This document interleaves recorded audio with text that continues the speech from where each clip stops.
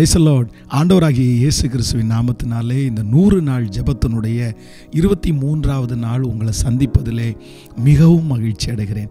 ஆண்டவருடைய பிள்ளைகளே, இன்றைக்கு விசேஷமாக ஒரு ஞானத்தை குறித்து நம்ம எல்லாருமே ஜெபிக்க போகிறோம். ரொம்ப அவசியமானது, எல்லாருமே ஜெபிக்கணும். ஸ்பெஷலாக ஒவ்வொரு சிஸ்டர்ஸும் அம்மாமாரும் இதில் ரொம்ப கவனமாக இருக்கணும். வாசிக்கலாம் அந்த வசனத்தை. லூக்கா எழுதின சுவிசேஷம் 10ஆம் அதிகாரம் 40-41 வசனத்தை வாசிக்க போகிறோம். மார்த்தாளோ பற்பல வேலைகள் செய்வதில் மிகவும் வருத்தம் அடைந்து அவரிடத்தில் ஆண்டவரே, நான் தனியே வேலை செய்யும்படி என் சகோதரி என்னை விட்டு வந்ததை குறித்து உமக்கு கவலை இல்லையா? எனக்கு உதவி செய்யும்படி அவளுக்கு சொல்லும் என்றான். இயேசு அவளுக்கு பிரதியுத்தரமாக, மார்த்தாளே மார்த்தாளே, நீ அநேகம் காரியங்களை குறித்து கவலைப்பட்டு கலங்குகிறாய். தேவையானது ஒன்றே. மரியாள் தன்னை விட்டு எடுபடாத நல்ல பங்கை தெரிந்து கொண்டாள் என்றார். ஆண்டவருடைய பிள்ளைகளே, இந்த இடத்துல இந்த சம்பவம் உங்களுக்கு எல்லாருக்கும் தெரியும். அப்படின்னா இந்த மார்த்தாள் ஆண்டவர் ஏசப்பா வீட்டுக்கு வராருன்னு சொல்லி அவருக்கு நல்லா சமைச்சு கொடுக்கணும்னு நினச்சி நிறைய வேலையை பண்ணுறாங்க. ஆனால் மரியாள் எந்த வேலையும் பண்ணாமல் ஆண்டவருடைய சமூகத்திலே உட்காந்துருக்காங்க. அப்போது இந்த மார்த்தாள் கேட்குறாங்க, உங்களுக்கு கவலை இல்லையா? உங்களுக்கு கவலை? நான் தனியாக ஒரு ஆள் வேலை செஞ்சுட்டு இருக்கேன்ல, எனக்கு என்ன கவலைன்னா உங்களை சாப்பிட வைக்கணும், நீங்கள் நல்ல திருப்தியாக சாப்பிடணும். ஆனால் அவளுக்கு அந்த கவலை இல்லையே அப்படின்னு சொல்கிறாங்க. ஆண்டவருடைய பிள்ளைகளே, நீங்கள் ரொம்ப கவனமாக கவனிச்சுக்குங்க. நம்ம ஒரு ஞானம் நமக்கு தேவை. என்ன அப்படின்னா, நம்ம கவலைப்படுறோம் பாருங்கள், அந்த காரியம் அது எந்த அளவுக்கு அப்படின்றத நம்ம ரொம்ப கவனமாக கவனிக்கணும். சிலர் எதுக்கு எடுத்தாலும் கவலைப்பட்டுட்டே இருப்பாங்க. வேதம் நமக்கு நல்லா சொல்லுது, நீங்கள் கவலைப்படுறதுனால நீங்கள் என்ன பண்ண முடியும்? ஒரு முளத்தை கூட்ட முடியுமா? ஒரு முளத்தை குறைக்க முடியுமா? ஒன்று நீங்கள் நினச்சிக்குங்க, சில காரியத்தை குறித்து நம்ம ரொம்ப கவலைப்படுறதுனால எந்த பிரயோஜனமும் இல்லை. ஐயோ பாஸ்டர் என்னை இப்படி பேசிட்டாங்க, இப்படி வருத்தப்படுத்திட்டாங்க, இவன் இப்படி துரோகியாக இருக்கான், என்ன பண்ணுறது? நமக்கு அவங்க விரோதமாக எழும்பிட்டாங்க. அதுக்காக கவலைப்பட்டு தூங்காம சாப்பிடாம அப்படி இருந்தா நம்ம உடம்ப தான் நம்ம கெடுப்போமே தவிர, நம்முடைய ஆவியை தான் நம்ம முடங்க பண்ணுவோமே தவிர, அதனால நஷ்டம் அவர்கள் யாருக்கும் இல்லை, நமக்கு தான் நஷ்டம். அதனால ஆண்டவருடைய பிள்ளை ரொம்ப கவனமாக நீங்கள் கவனிக்கணும். இன்னைக்கு ஒரு தீர்மானம் எடுங்க.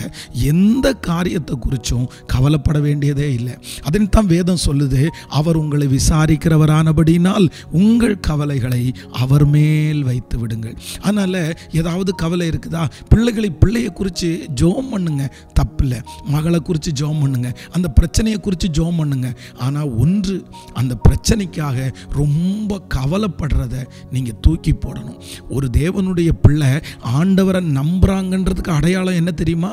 நீங்கள் ஜெபம் பண்ணிட்டீங்கல்ல, அந்த ஜெபத்தை நீங்கள் நம்புறீங்கன்றதுக்கு அடையாளம் என்னன்னா, உண்மையாக ஜெபம் பண்ணுற ஒரு தேவனுடைய பிள்ளை அந்த காரியத்தை குறித்து கவலைப்படக்கூடாது. வேதம் சொல்றது, அந்நாள் ஆலயத்திற்கு போகிறதுக்கு முன்னாடி வரைக்கும் பிள்ளை இல்லைன்னு கவலைப்பட்டாங்க. ஆனால் என்னைக்கு ஆலயத்தில் போய் கண்ணீர் வடித்தாங்களோ அப்போலேருந்து அவங்க கவலைப்படுறதை நிறுத்திட்டாங்க. இன்றைக்கு இந்த சத்தத்தை கேட்டு கொண்டிருக்கிற யாரோ ஒரு தேவனுடைய பிள்ளை, பாஸ்டர் எனக்கு ஒவ்வொரு நாளும் ஒவ்வொரு கவலை, எனக்கு இந்த கவலையிலிருந்து வெளியே வரவே முடியலை, நான் டெய்லி கவலைப்பட்டுட்டே இருக்கேன், எல்லாத்தையும் நினச்சி எனக்கு கவலை அப்படின்னு சொல்லுகிற ஒவ்வொருத்தருக்காக நான் ஜெபிக்கிறேன்.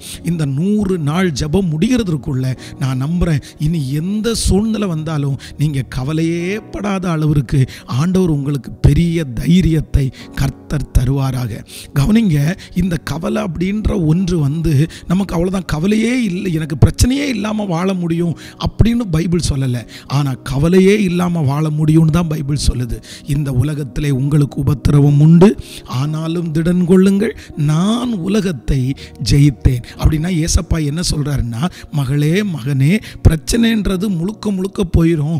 உங்களுக்கு இந்த உலகத்தில் ஒரு பிரச்சனையும் இருக்காது, யாரும் எதிரி இருக்க மாட்டாங்க, எல்லாத்துலேயும் நல்லா இருக்கும். அப்படின்னு சொல்லலை.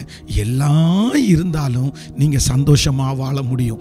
அப்போஸ்தலனாகிய பவுல் வந்து சிறைச்சாலையில் சொல்கிறாருல்ல, சந்தோஷமாக இருங்கள், சந்தோஷமாக இருங்கள்னு எழுதியிருக்கிறார்ல. அப்போ எந்த அளவுக்கு அவர் வந்து சந்தோஷமாக இருந்திருப்பார்? சிறைச்சாலையில் இருக்கிற ஒரு மனுஷன் எப்படி சந்தோஷமாக இருக்க முடியும்? அவருக்கு கவலை இருக்காது. ஐயோ என்னை இப்படி ஜெயிலில் அடைச்சாங்களே, எனக்கு கவலை இருக்காது. அப்போ உண்மையாக ஒரு தேவனுடைய பிள்ளை கவலை இல்லாமல் வாழ்கிறது தான் ஆண்டவர் நம்மோடு கூட இருக்கிறதுக்கு பெரிய அர்த்தம். அதனால் உங்கள் எல்லாருக்காகவும் நான் ஜெபிக்கிறேன். இந்த காரியத்திற்காக கர்த்தரிடத்தில் ஞானத்தை கேளுங்க.